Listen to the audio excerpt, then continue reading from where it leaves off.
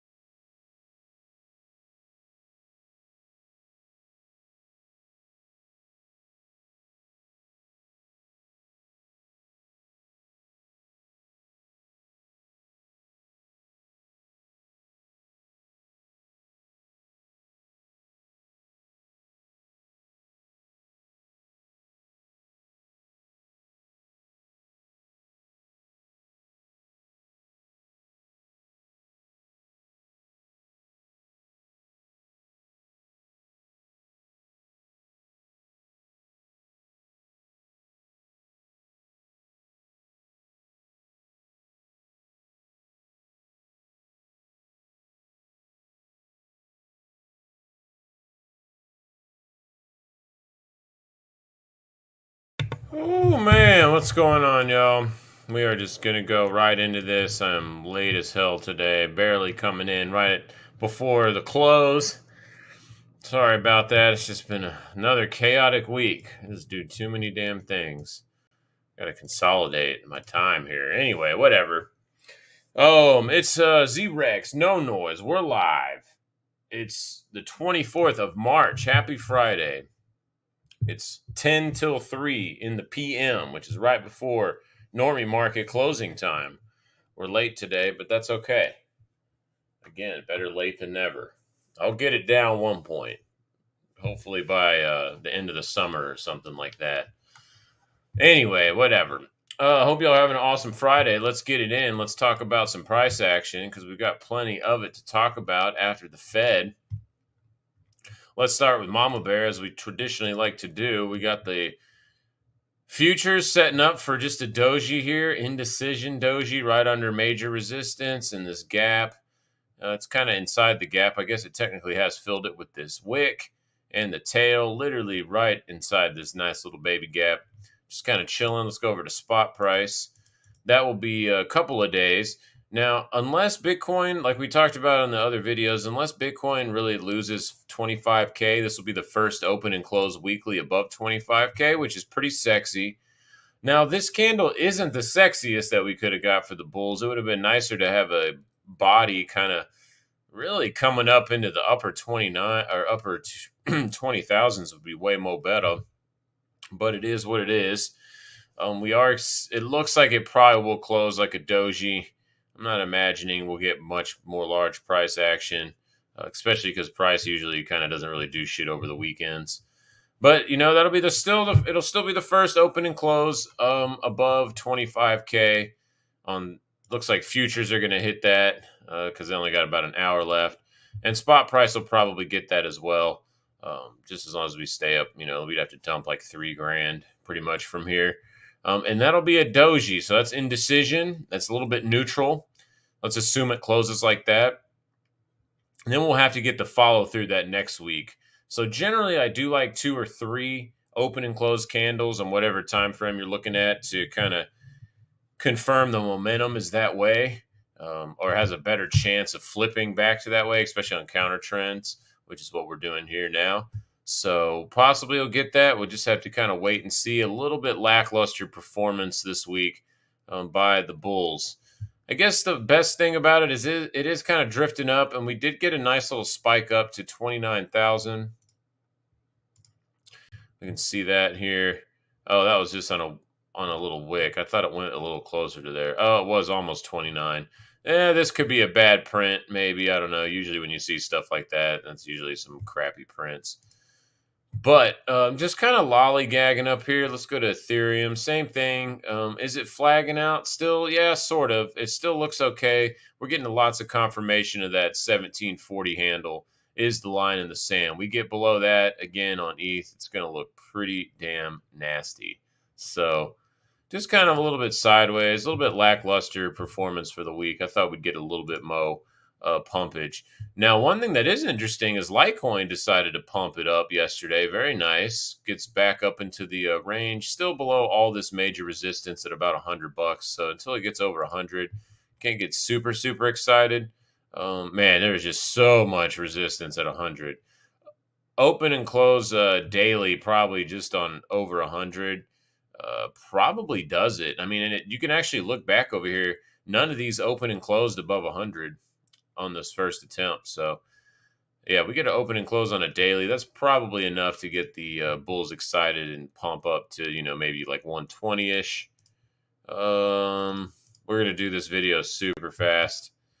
Again, holding 25 looks pretty good, just to reiterate. We got a little doji, but nothing too crazy. Litecoin's okay. Ethereum Classic, just whatever. Kind of in this little abyss zone here. Like a lot of the charts look like, just rallied up to major resistance areas before backing off. This still looks good. Above 42 cents. I still like Ripple me nipples, so can't hate this until it loses 42 pennies. If you wanted to be a little bit more loose on that, you could say 40 cents. Little dumpage here on XLM, so not quite above the structure. Not looking as good as XRP in between all the long and short-term moving averages. So nothing really too cool there. Tron trying to come up and get up. Just, I mean, all these really look the same pretty much from Wednesday. There's like literally almost nothing to add to these charts. Link is, yeah, I mean, really all this is the same shit, different day. Real confused here, all over the place. Still looks okay, above about $1.10. Literally, this is pretty much going to be Wednesday's video. Sideways. I mean, there's like literally. Oh, here's something different. XMR is trying to pump up out of here over this 155. So finally, we found something different. Everything else looks exactly the same and boring as hell. But we do got this attempt to breach that upper 150s for Monero. That's actually pretty damn good. I like that. Let's look at the weekly. Yeah, still a lot of resistance here, I guess, in like the upper 160s. But man, this is pretty good. It's actually doing something different than most of the market being sideways and boring to slightly down. So that's nice. We'll see if we can get this to close kind of above this 158 area. That would look really good. We get a couple more open and closes like over this weekend above 158. I would look for a rally up another 10, 15 bucks or so. Then we'll have to reassess on that. Did I skip Tron? No, Tron's just kind of in that same little formation, so whatever. Oh, wait, I skipped Zcash. Zcash trying to get some momentum going. This actually looks okay above like 35 bucks. It's trying to counter trend here. Lots of resistance though. This one's definitely a little bit higher risk, but comes with higher reward sometimes, not all the time.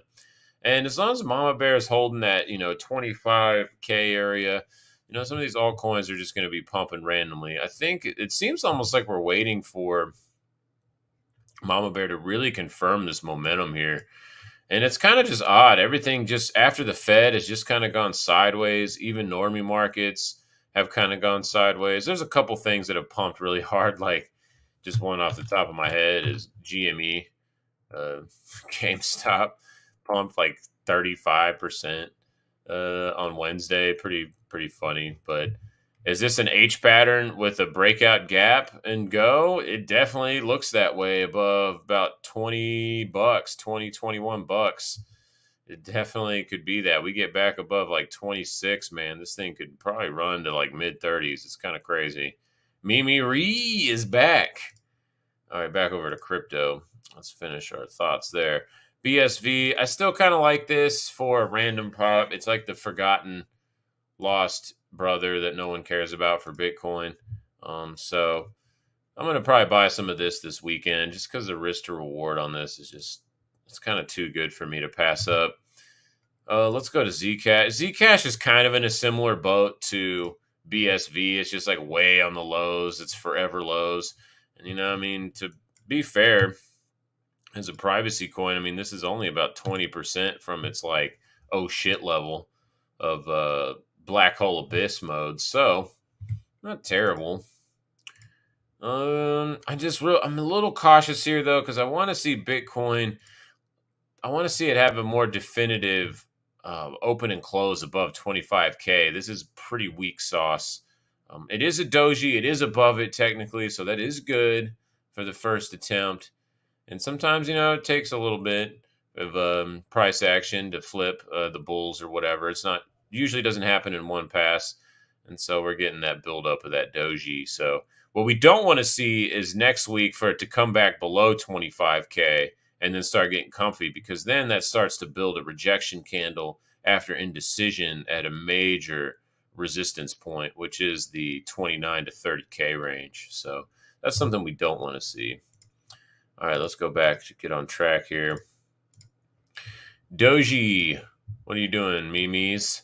Yeah, look at that. It's doing absolutely nothing. Sideways, same shit, different day. Wow, STX lost a bunch of its Momo here, tapping the upper 128s.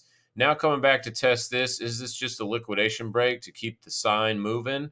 Then that is the sine wave, that is. Probably. I mean, I don't see any reason to be bearish on this quite yet. It is pretty straight vertical. That's the only kind of concern I got. But on the daily, I mean, it's really, as long as we're still holding, that 95 cents to $1 range, it looks pretty good. And you do kind of have, oops, I did not mean to do that.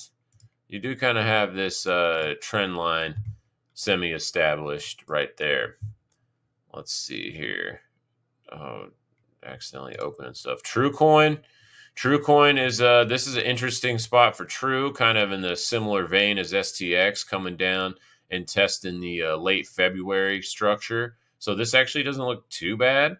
As long as it's holding about 7.5 pennies, it's okay. And I do have some of this one. I might add to this weekend as well. Let's jump out to the weekly. And we are technically above the mama. We're not above the 55 yet. But you can see, here's kind of what I was talking about with Bitcoin. We don't want an indecision with follow through. So to be fair, on the weekly, that kind of sucks for True. But on the daily, we do have major support at about 7.5 pennies. So, and for me, that's pretty easy risk to reward there. I mean, this is less than, a 5, so about 8%.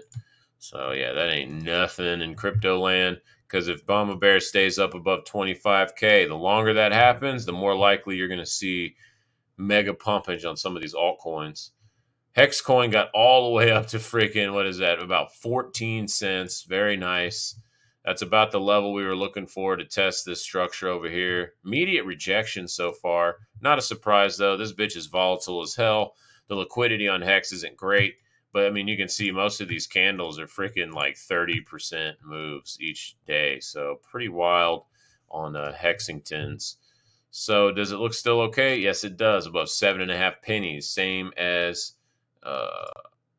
TrueCoin here. About 7.5 pennies. VeChain, kind of, whatever, just trapped all between the moving averages. Big move probably coming out of this very, very soon. Hard to say which side, though, because it is neutral as F. And you kind of did have higher highs, higher lows, but then you've got this little fuckery here, so it's making it a little bit difficult on VeChain. But above about 2.1 cents, it's all right. Not too shabby. And with Bitcoin being above 25K, that's kind of like the best part of crypto in general, pretty much on every chart you look at. Atom kind of just chilling here. Is this sort of an ascending triangle on the low here? Yeah, you could call it that. It's a little bit of a sloppy one, something sort of like this. Major support at about 10, 20 or so. Yeah, about these wicks here, and you got the trend line cross. You've got the top of all this structure here on this H pattern that came to fruition. So this is a major support zone. It has to hold the 10 handle.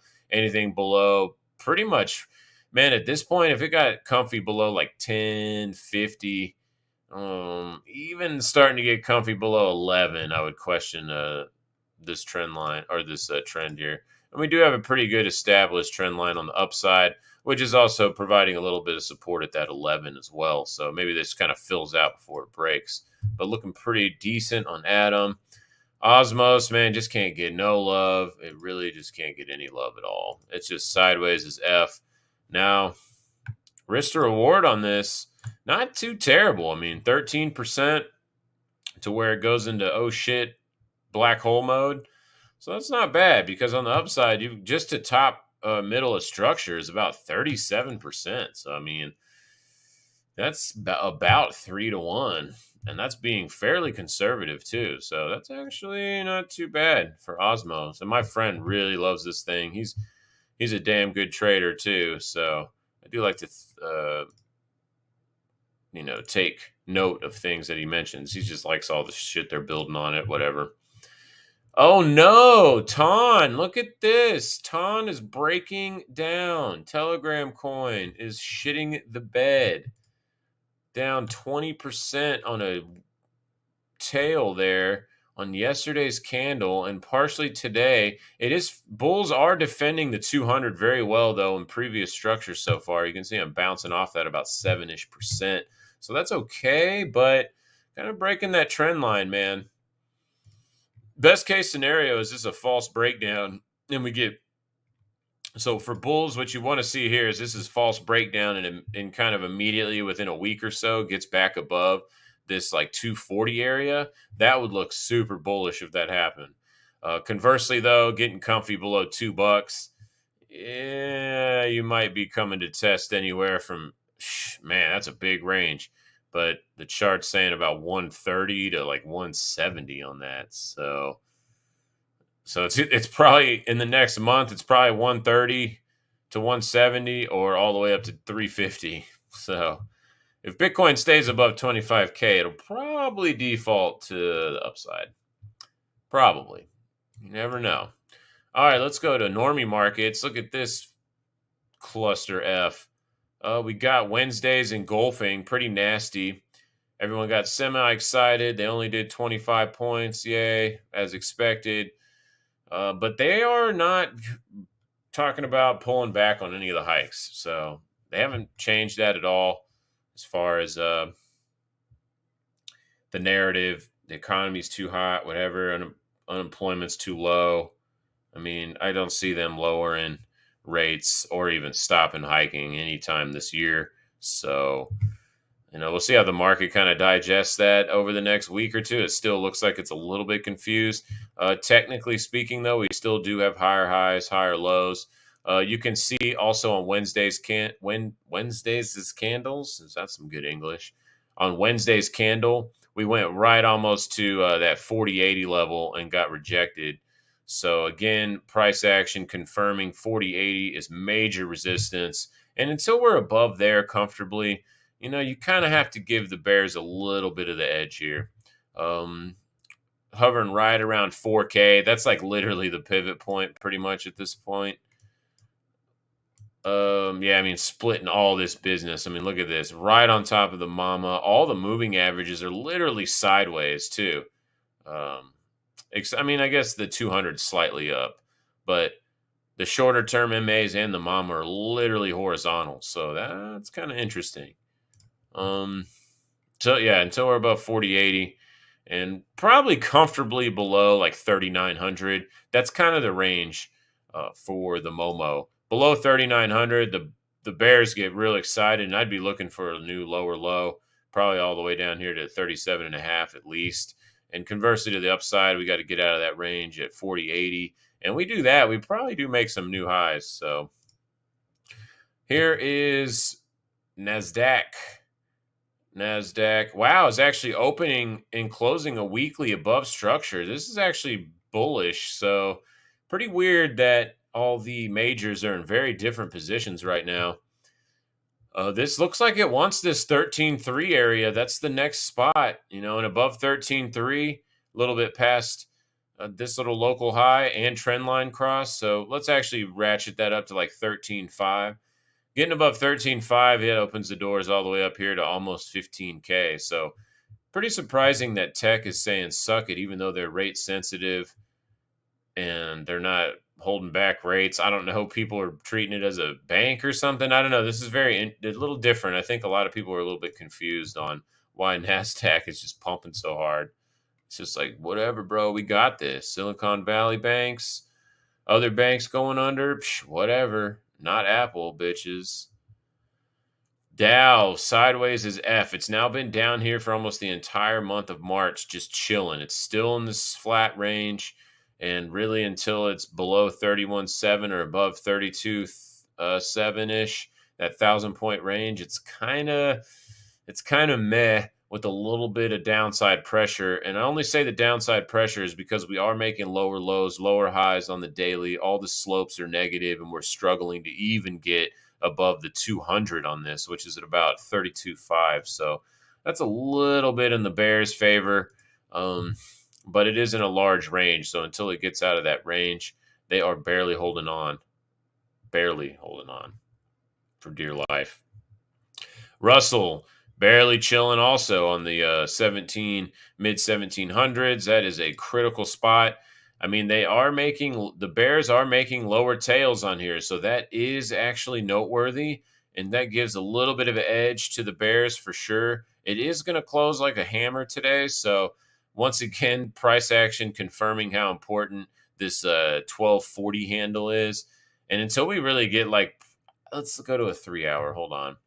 Yeah, look at this. In the 3-hour, we only get one, and then we had two open and closes below the that 1740 area, and they immediately got bought up. So again, even low time frames defending bulls defending that zone. But look, we're kind of just rallying right up underneath it. So I think we get comfy at all, a little bit more comfy, even on a low time frame like 3 hours below here. It probably will roll over.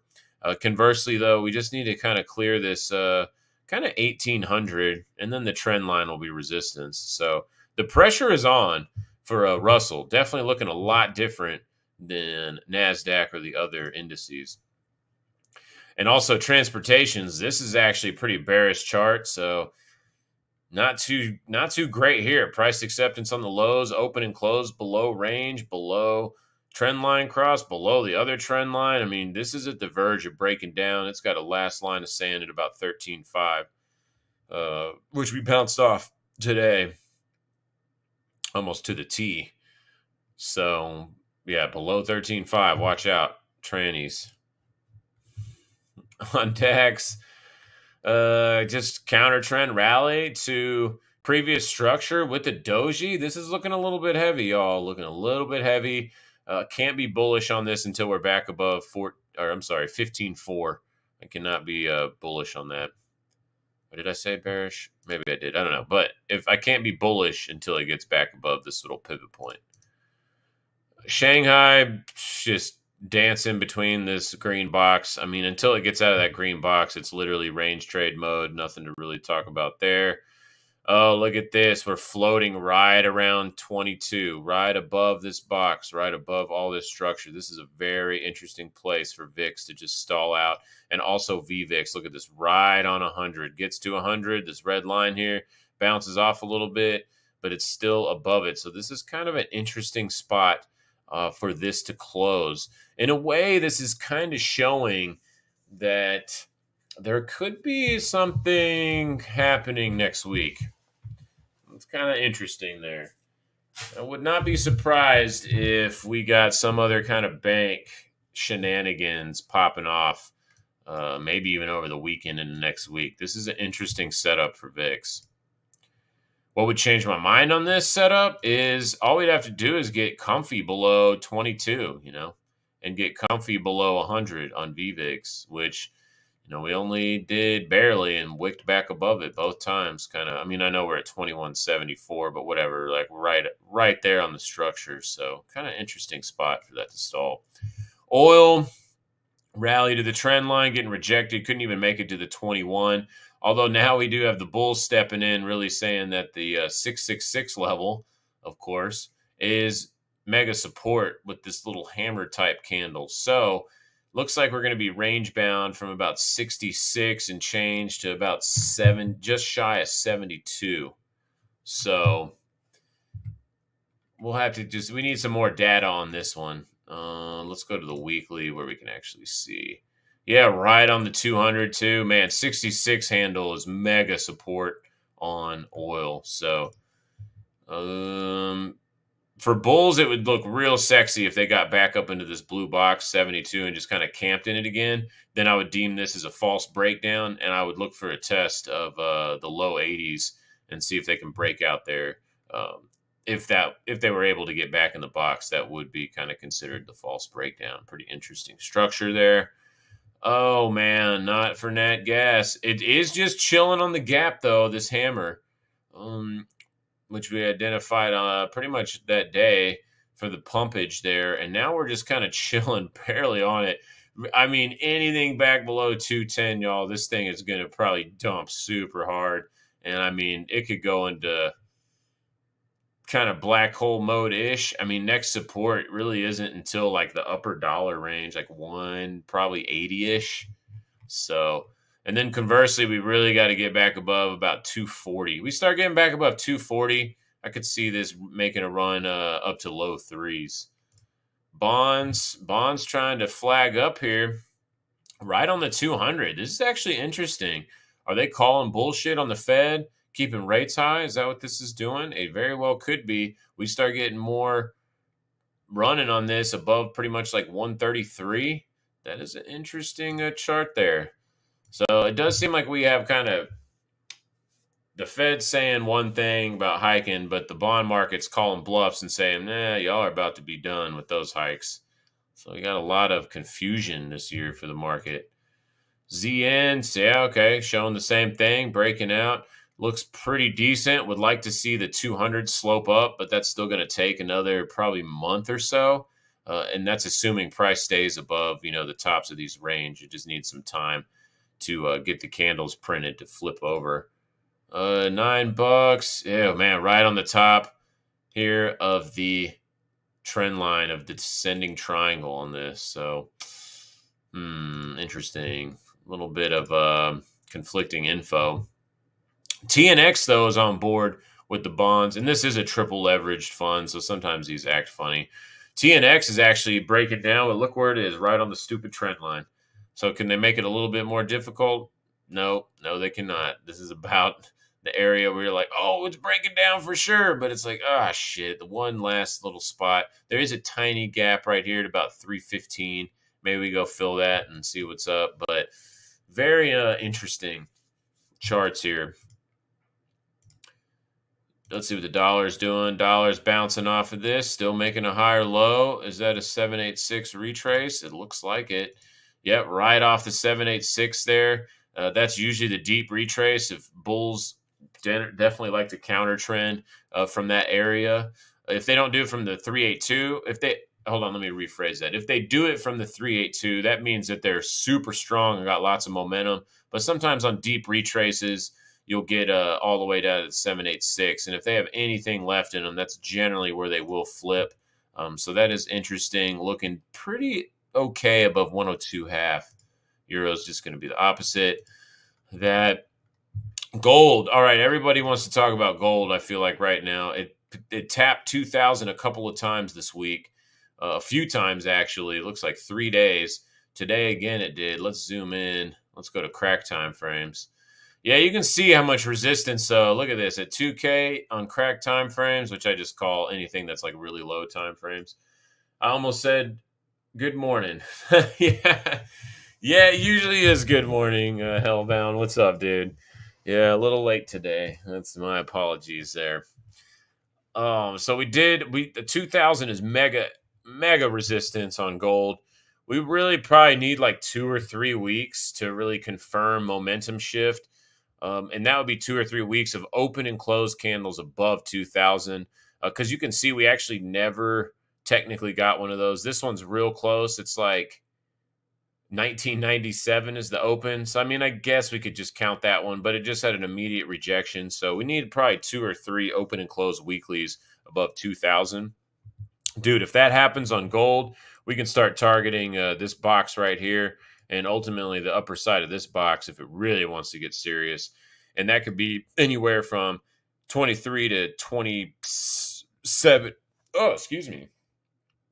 23 to 27 in some change. So, let's auto get that one there. But yeah, pretty nice move. A little bit aggressive here on the slope. So that's the only concern about that. Oh God, look at this. Rallied right up, right to the freaking trend line where it has struggled so much. It struggled there. One, two, three, a bunch of days here, many, many moons here. And here's the first attempt so far, getting immediate rejection. That thing is no joke. Let's go to the weekly. So 2420, man. Nice fun number, nice little meme number. We mentioned that a bunch over here too, and this cluster really needed a few dailies open and close above 2420. We get that, then we can start looking for probably upper 20s on silver, but there is so much resistance at 2420 on silver and 2000 on gold. It is no joke. Let's look at the monthly.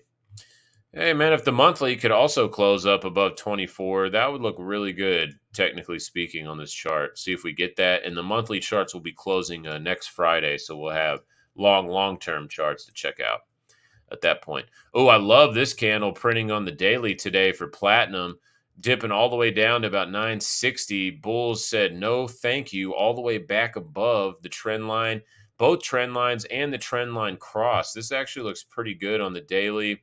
Weekly is a little bit funky with the doji. But again, as long as this is above 950, man, I do like the way this chart is building. Only until it broke 950 would I change my mind on this. And like gold, 2000, silver, 2420, platinum is pretty much 1,000 flat. We get a couple open and close dailies on platinum above 1,000. We're going to probably test up somewhere in this region, up to $100 higher. Palladium's just kind of getting worked, but it does have real good support right here, like we were talking about last video. So as long as it's holding like 1360s, it's okay. It's okay. Bulls are trying to fight off the bears right now, so it's like the first time they've actually been trying to do it. And I'm looking at via DMI and kind of some strength on RSI a little bit, but you can see like when they're both in the neutral zone, they're fighting. But that hasn't really happened since maybe a little bit right here, so all the way to December. But really, it's been bearish as F since or mid-October. GDX pumping right up to the 32, just like all those numbers we mentioned for gold to platinum, 2000, 24, 20,000. This is 32, so, and this one is like 30, what is it, 38, I believe. Yeah, about 38 and change, wherever this gap is. Let's actually jump over to blockchain stuff. Well, maybe if I can click it. I want to look at our blockchain index. What's it doing? Blockchain index is kind of chilling here. Rejection at this tops. That kind of sucks. I was hoping we'd get a nicer candle on Wednesday. Didn't get any follow through on Thursday. Just kind of lollygagging up here. It is above all of the moving averages, and they are starting to curl up on all time frames. Even the mama up here in the future is starting to curl up a little bit. So it looks okay. And I do like this weekly candle. So this has actually got pretty good damn support at about 270, like upper 270s. As long as we're above that, it's pretty decent. Really would like to see this kind of breakout soon too with Bitcoin getting maybe up into the 29 or possibly above 30. That would be a very good confluence. Core is not doing anything. Let's go to sector majors. Kind of everything green today. Utilities kicking some ass. It's actually the first I've been looking at the markets. I've just been running errands all day. Yeah, banks still look kind of shitty though. I mean, look at that, dude. This is actually making lower, dude. Wow. Holy crap, this is terrible. What is does Credit Suisse just keep selling off? Wow, it is. Okay, how about Deutsche Bank? Oh dang, I got short Deutsche Bank. Let's go, Deutsche Bank. Let's go to the shithole just because, I got puts on that right now. So that'd be cool. I also have puts on SYF too. Oh yeah, let's break down. This bitch gets below like 26. I start making some serious cash on that one. That'd be cool. I mean, I guess whatever. It'd be cool for me. It probably sucks for a lot of people.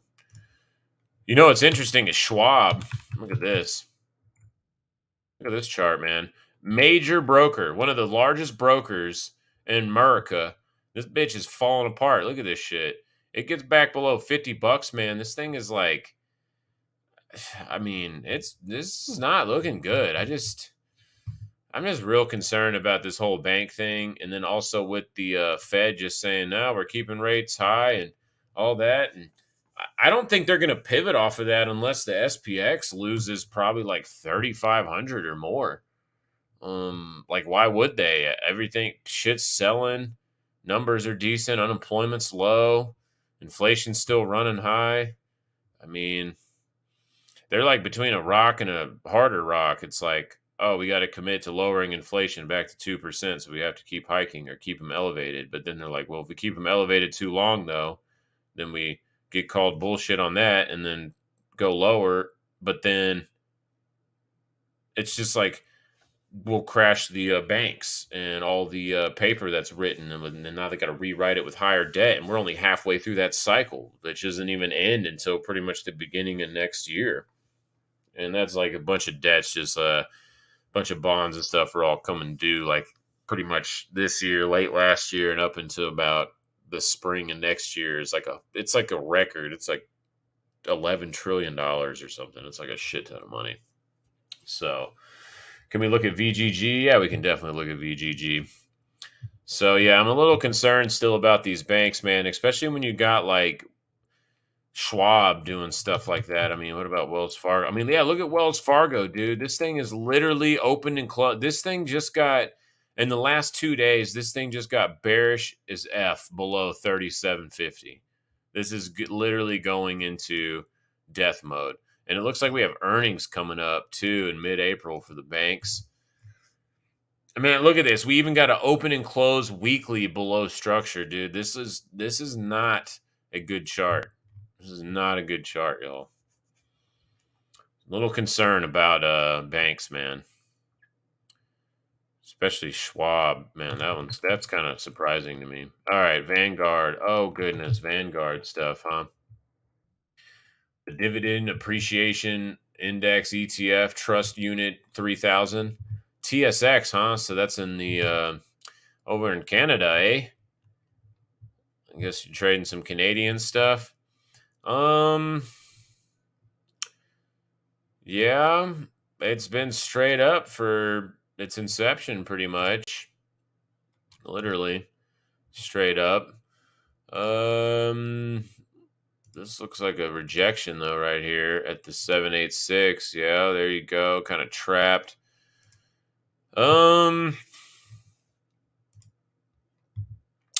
It's looking a little heavy too, man. I would say this is kind of, the Momo is removed until it gets back above like $71. So yeah, below 71, I'd be a little bit cautious. You do have good support right at the 200, but kind of, I don't like to take trades between the 200 and the shorter term moving averages most of the time. It's just too, most of the time it's 50-50, man, on the direction. It becomes very difficult to trade those. There's just not a really good momentum. And I'm assuming that since markets are looking a little bit scary right now with the banks still, I don't think we're quite out of the woods yet there. So, and there is this trend line right here too. You can kind of see something like that. So it's kind of on the verge of potentially looking really bad. Below $68, I'd be like, oh, we're probably coming down and test 65. So that's about it on that one. Let's actually go look at these other brokers. I'm just curious. Oh, and then I got to go make some late lunch. Schwab, terrible. First Republic's actually about to make another low. Look at this, y'all. And the way the VIX is set up right now, very interesting, man. Very interesting. I would not be wanting to go home long a lot of stuff for next week. I'll tell you that. Interactive Brokers even rolling over a little bit. ICE is actually on the lows. Look at this. Let's go to weekly. I mean, look at this. Looks pretty bad. CME, man, CME is even on the lows. It's well below the 200. I mean, this is actually pretty bearish. Below like 192. Shit. Okay. I mean, the last time we were comfortably below all of the major moving averages, probably 08, I'd guess. Yeah, back over here. Right here before it dumped in everyone's face, which funny enough, this is right after, look at this, y'all. Look at this shit. This is literally Lehman right here in September, October. It was either one of those months that happened. I'm pretty sure it was mid-September. Little pump, and then that's when it really accelerated, was a few weeks after Lehman Brothers. And it takes a little while for all this stuff to kind of move through the systems. Pretty interesting, man. On that note, let's go look at the ES real quick and see how comfy it is below its longer term moving averages. Oh man, okay. So below the 55, below the mama, below the 21, but in between the long term. Bounced off of it so far. So look how close. So this is where it's a little different. So in the previous structures, when you get below all the shorter term moving averages, the 200s literally usually a little bit further away. So we're like, it's right there this time. Kind of like, I guess, a little bit like 2015, or kind of like, actually kind of like 08. We were kind of lollygagging, right? Man, interesting price, man. What about in 2000? Looks like the 200 would have been kind of somewhere in here. Yeah, kind of the same thing there. Yeah, man, I don't know. Definitely, I'm not convinced yet that we are full bull mode. I'm also not convinced that they're just going to turn the printers on and save everybody again, like they do every time. And the only reason I say that this time is because of the bond, rewriting all those bonds and stuff. I think that's the one big difference from the last few crashes. And also, man, think about like the housing bubble back in 08 or whatever was like $1 trillion almost or something like that. Dude, we've got $1 trillion just in auto loans. We've got $1 trillion, well over $1 trillion just in student loans. We've got over $1 trillion just in credit card debt. I mean, we're like orders of magnitude larger than just one housing issue from back then. I also was reading that, like, in the car, because I do car stuff on the side, so I was kind of looking at some of the numbers there. And, dude, the repo rates are going bananas for automotive.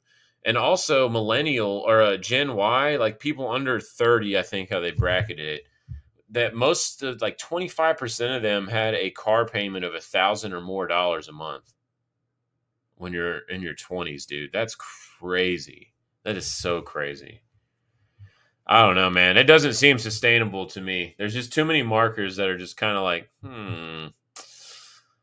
unless they UBI us again like Trump did and gives everybody, money, stimmy money, and they just print another $6 trillion to give to mostly corporations. But yeah, I don't know, man. Pretty interesting year. I do still think that this year is going to be so full of opportunities, though.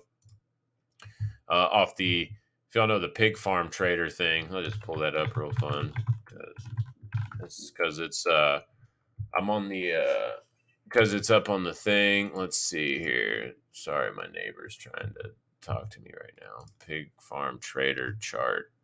Well, we're just like looking at all this stuff. Where is it? Where is it? Oh, they're trying to hide that? Google doesn't want me they don't want me to see that? Man, I have it saved somewhere. Man, I can't remember that dude's name. If someone in the chat knows, type it in the chat, please. I have it printed somewhere. Shit, where the hell is that bastard? The pig man. Let me see if I can find it in this pig farmer chart, because it's pretty freaking interesting. This dude made it like so long ago. Let's see. Pig farmer card. Where is it? Where are you? Too many pictures. Too many pictures. Maybe if I do a card, sometimes I can call it a card. What if I just do pig trader card? It's super interesting. Damn it, dude. Gonna put all this bullshit up here. Oh man, I don't remember. Maybe cycles card. No. Well,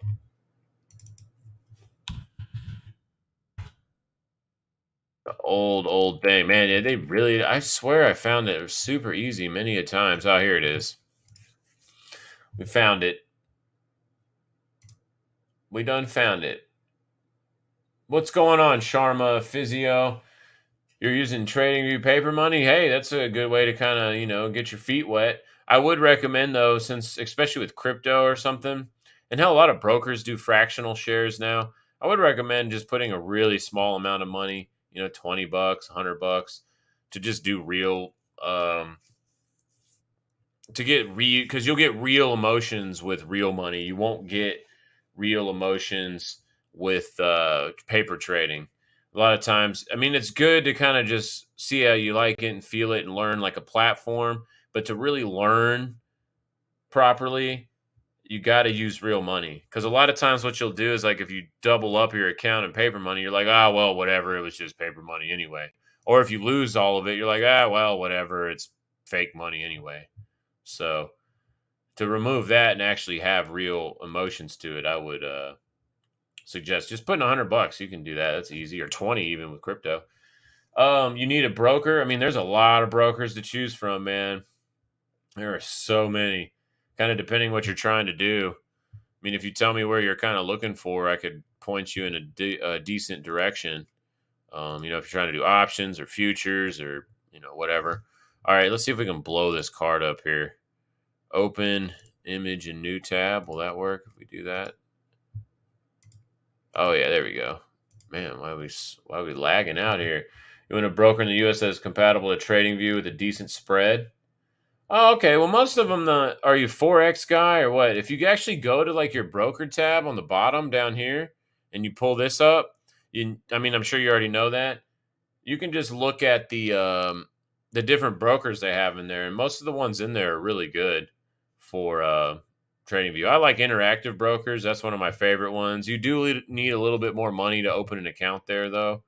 So that's the only thing that might be a deterrent on that one. But man, what else do they have down there?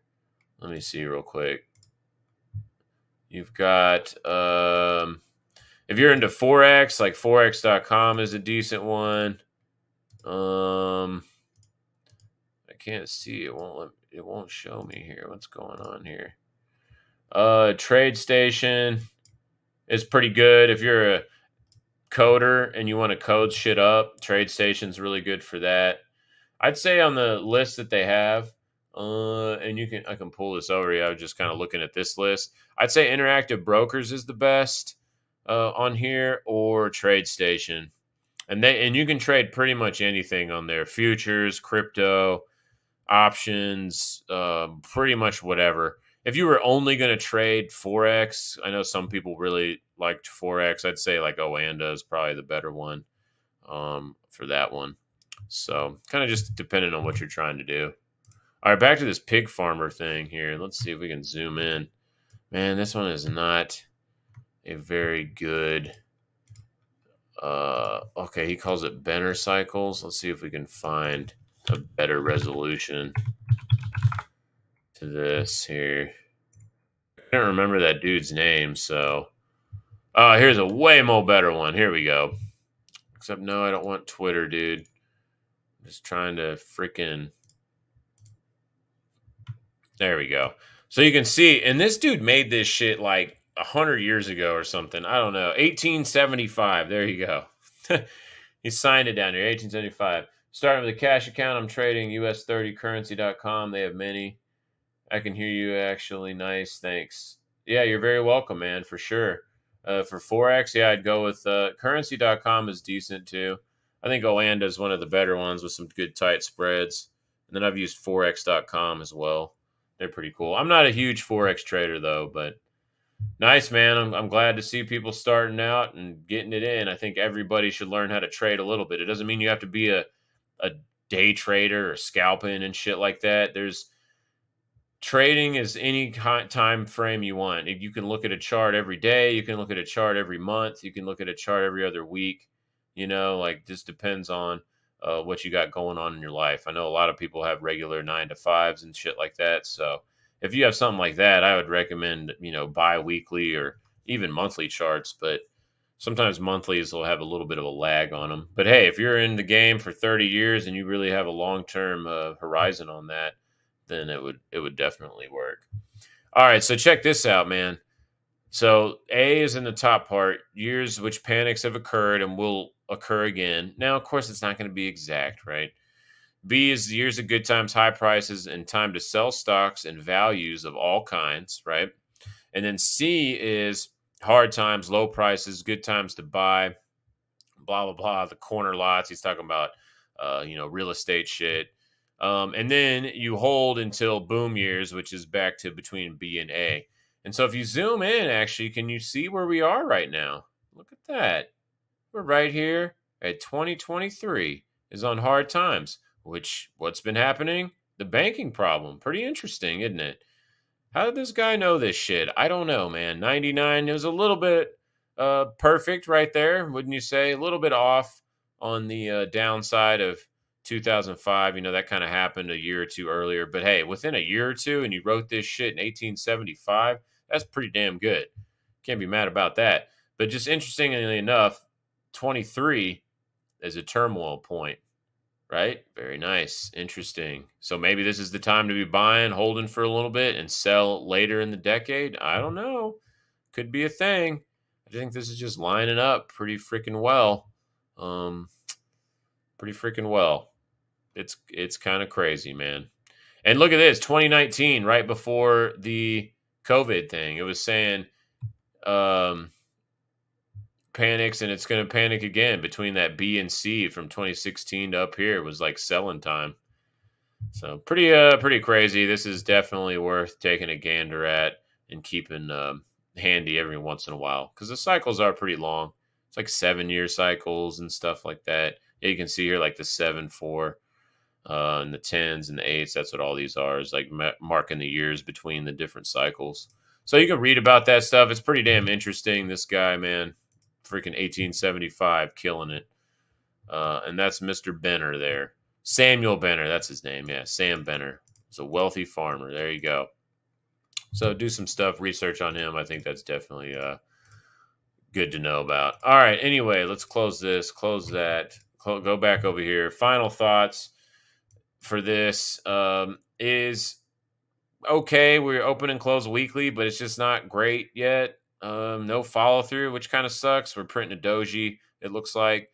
So maybe we'll get follow through this next coming week. But hey, it's better than being, down here. This is building bullish structures, so that's pretty good. So I do like that. And then we've got as long as we're holding above 25,000, the longer we hold up there, the better this looks, and the more likely we're going to start seeing altcoins get pumped to the moon. All right.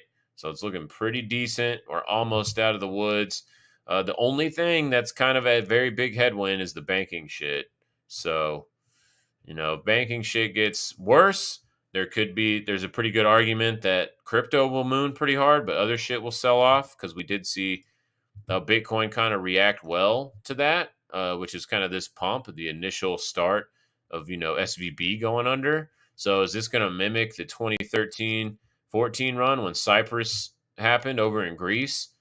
Bitcoin almost 10x'd. So over the next year. And you're like, what, dude? What is that? Most people weren't in Bitcoin or crypto back then.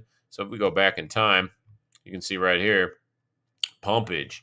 And you want to know when Cyprus was. Cyprus bail in because they did a haircut. They didn't do a bailout. Man, imagine that. You had money in the bank, and then all of a sudden you had 30% less money in the bank. Ain't that some shit? So here it is right here. Yeah, early in 2013. Early right here. It was already starting to kind of run, to be fair. But then it just said, what? We're going to go up, make the new low. And ultimately, that set in the new bull market for the rest of that year. And it went up 3,600% by the end of the year. So pretty interesting. Not sure if we're in the cards for that, but it is noteworthy and definitely a worthy mention because it's kind of in the same vein of that right now. So as long as it's all above 25K, I like it. As long as this is above about 1700, it's okay. I like it. And the altcoins will eventually catch up here and there. ES is in the no man's land right now between pretty much 39 and like 40.80. Until it gets out of there, I consider it range mode. NASDAQ is actually bullish above 12.6, which is pretty funny. Russell's kind of bearish down here below about 1800. It doesn't look great. And be cautious on these VIX spots where it's kind of just parking right now. Very interesting. So I think that's about it. Oh, yeah. Gold 2000. Need to see open and closes above 2K. Silver's 2420. Platinum's about 1,000. Palladium's just in the shitter right now. Maybe 1,500. I don't think many people trade palladium, so whatever. But yeah, definitely silver, gold. They're close. We're almost breaking out on a lot of stuff. Just kind of interesting. We're rallying up to major resistance, even on crypto too, except for Russell because it's bank sensitive. It's got a lot of banks in there, so it's saying we're not quite done yet. And you can see that via XLF is still making lower lows right now. So a little bit concerning on some of the bank stuff, on the bank crisis. And we got open and close now twice, 2 weeks in a row below the 200. The last time that happened was over here in COVID, but let's just kind of skip COVID because that's like some crazy black swan pretty much. But the last time that happened was back over here in 2007, and it didn't get back above the 200 until 2012. I'm not saying it's going to take that long again, but just, just for kind of some reference around how important the weekly 200 average is. So, all right. And don't forget, Citigroup looking still, or I'm sorry, Credit Suisse looking bad. I'm glad I said Citigroup on accident because look at this. Third largest bank in America, and this bitch is just selling off still every day. Look at this thing, man. Looks pretty freaking brutal. It loses like $40, $41. Watch out. And it hasn't done shit in 14 years. It's been sideways. Weak sauce. JP Morgan doesn't look like that. See, JP Morgan is up on highs. Goldman Sachs is up on highs. How come the third largest bank in America is down on the lows, looking like a European bank, like Deutsche Bank right here? Look at this. See, just selling off. Goes to 2008, just sells off for the whole time. I mean, Deutsche Bank looks worse, to be fair. But, yeah, kind of interesting. Don't think we're out of the woods yet. We'll have to see. Great stream. Hey, thanks, dude. Appreciate that. And we'll just wrap that up here. Much love, guys. We'll see y'all Monday morning. Have an awesome Friday and a great weekend. This has been Z Rex live on No Noiz. Peace.